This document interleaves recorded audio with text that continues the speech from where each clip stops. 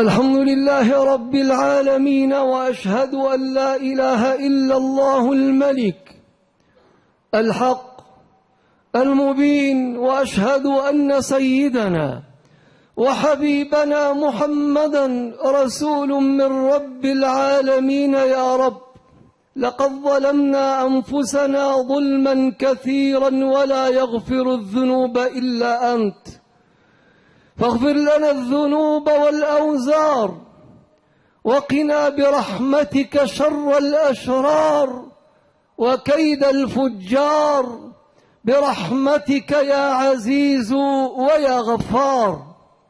ابن آدم، تواضع لرب العرش علك ترفع، فما خاب عبد للمهيمن يخضع. وداوي بذكر الله قلبك، إنه لأشفى دواء للقلوب وأنفع. وأصلي وأسلم على حبيبي وحبيبكم محمد، هو صاحب الشامة والعلامة، المضلل في يوم الهجير بالغمامة، الذي كان يرى من خلفه كما يرى من أمامه، الذي سيشفع لنا غدا عند الله يوم القيامة. قال له سيدي معاذ بن جبل: أوصني يا رسول الله. فقال الحبيب له كلمات موجزات كثيرة المعنى والأساسيات. فقال له الحبيب: يا معاذ، أخلص دينك يكفك العمل القليل. صلوا عليه تسعدوا، ويجيء بالفرج الغد، فبرحمة من ربكم هل الحبيب محمد. صلى عليك الله يا خير خلق الله يا سيدي يا محمد. أوصيكم عباد الله وإياي بتقوى الله، فإن التقوى وصية من الله. قال الله تعالى: يا أيها الذين آمنوا اتقوا الله ولتنظر نفس ما قدمت لغد واتقوا الله إن الله خبير بما تعملون. أما بعد، فيقول مولانا وربنا جل جلاله: ولا تهنوا ولا تحزنوا وأنتم الأعلون إن كنتم مؤمنين. سادتي وأحبتي، شرفنا المولى وكرمنا برسالة خالدة هي الإسلام. شرفنا وكرمنا برسالة خالدة هي الإسلام، فليست لنا هوية ولا سيادة ولا ريادة ولا قضية إلا بالإسلام. وهذه الرسالة الخالدة هي التي ميزتنا عن سائر البشرية وشعوب العالم أجمع. فكانت هذه الرسالة هي الخصوصية لهذه الأمة، وكانت هذه الرسالة الخالدة هي التي تميزت بها هذه الأمة عن سائر الأمم والأقوام.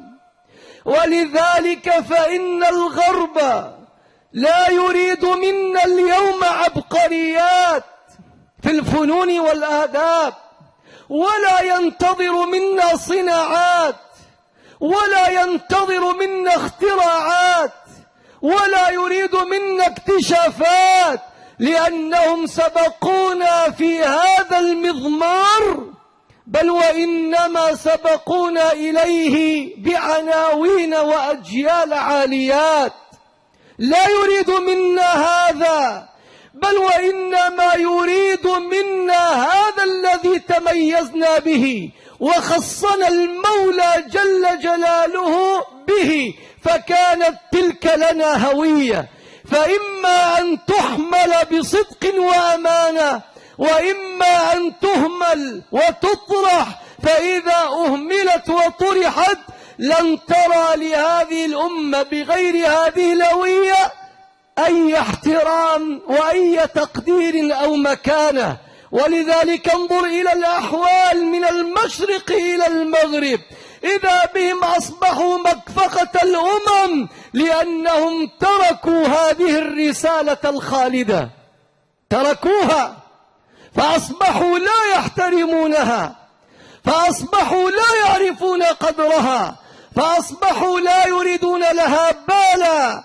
فهذا التميز وهذه الخصوصية هي التي قال عنها نيكسون رئيس الولايات المتحدة الأمريكية آنذاك، قال لشعبه الأمريكي: نحن لا نعيش أزمة مادية، بل وإنما نعيش أزمة روحية. لقد وجدنا أنفسنا أغنياء في السلع، ولكننا فقراء في الروح، ولكننا فقراء في الروح. نصل إلى القمر بسرعة عظيمة ونسقط على الأرض بخلاف حاد. إنهم يتحدثون عن هذه الخصوصية التي ميزنا المولى بها، والتي جعلها المولى لنا هوية وريادة وقضية، ألا وهي قضية الروح. أرادوا منا هذه الرسالة وأرادوا منا هذا العنوان، فإما أن يحمل بجد قلبا وقالبا، وإما أن يطرح ويهمل، والنتيجة ماذا؟ لن ترى احتراما ولا قدرا، بل وإنما أطام كثيرات تبنى على أكتاف هؤلاء وهؤلاء، فأصبحنا أضحوكة الأمم، وأصبحنا لعبة بأيدي الأمم. أيهم يقذف بهذه الأمة فيكسب بها هدفا وأهدافا؟ سادتي وأحبتي، قضية الإسلام الخالدة، أنت تعيش في مجتمع مسلم واقعه يخالف داخله، الجوهر يختلف والباطن يختلف عن الظاهر. المسمى مسلم، الرسالة الخالدة، ولكن الواقع يكذبنا أيما تكذيب. فسأعود بكم إلى مثل جديد وإلى مثل قديم كي نرى كيف أن الله تبارك وتعالى ميزنا بهذه الرسالة، وبهذه الرسالة نكتسب احترام أنفسنا واحترام الكل. رجل مسلم يعيش في بلاد الغرب والفرنج، وبالتحديد في بريطانيا، انتقل من حي إلى حي ومن عمل إلى عمل، فكان يركب الحافلة كل يوم، وبالتحديد مع نفس السائق كل مرة. فلما صعد مرة من المرات فأعطى للسائق مبلغا، فأرجع السائق له مبلغا، ولكن السائق زاد عليه 20 بنسا، فهم يتعاملون بالجنيه الاسترليني، وكل جنيه إنما يعادل بلغة عملتنا اليوم 4000 دينار، فأرجع إليه 20 بنسا زائدة. فلما جلس الرجل المسلم صاحب الرسالة الخالدة وصاحب الاختصاص والتميز من المولى جل في علاه، فلما جلس وحسب المال وجد أن المبلغ ليس من حقه، بل وإنما زاد عليه ذاك السائق مبلغا ب20 بنسا، فماذا يفعل؟ عاش صراعا داخليا في نفسه. الرسالة الخالدة تقول له: لا تأخذها فليست من حقك، ولكن الشيطان يقول له: خذها ولا تخف، خذها ولا تخف، فهي من حقك. اجعل هذا الأمر لنفسك دون أن يعرف به بشر. يعيش هذا الصراع، وكلنا نعيش هذا الصراع، قادة ومقودين، ساسة ومسوسين، نعيش في داخلنا مع الرسالة الخالدة، ونعيش مع الشيطان الذي يضحك علينا. فماذا يفعل الرجل؟ أيجيب الرسالة الخالدة هي 20 بنسا، أم يكون ويجيب صوت الشيطان في نفسه؟ فلما أراد أن ينزل في مكانه المحدد، وهنا يلتفت المسلم على السائق، قال: لقد أعطيتني مبلغا زائدا، فأرجع للرجل المبلغ الزائد. فقام السائق بأخذ المبلغ والابتسام، فقال له مجيبا ومفصحا: ألست أنت الرجل المسلم الجديد الساكن في هذا الحي؟ مسلم جديد ساكن في هذا الحي. قال: لقد كنت أفكر من زمان، لقد كنت أفكر من زمان أن آتي إلى حيكم وإلى مسجدكم فأتعرف على الإسلام.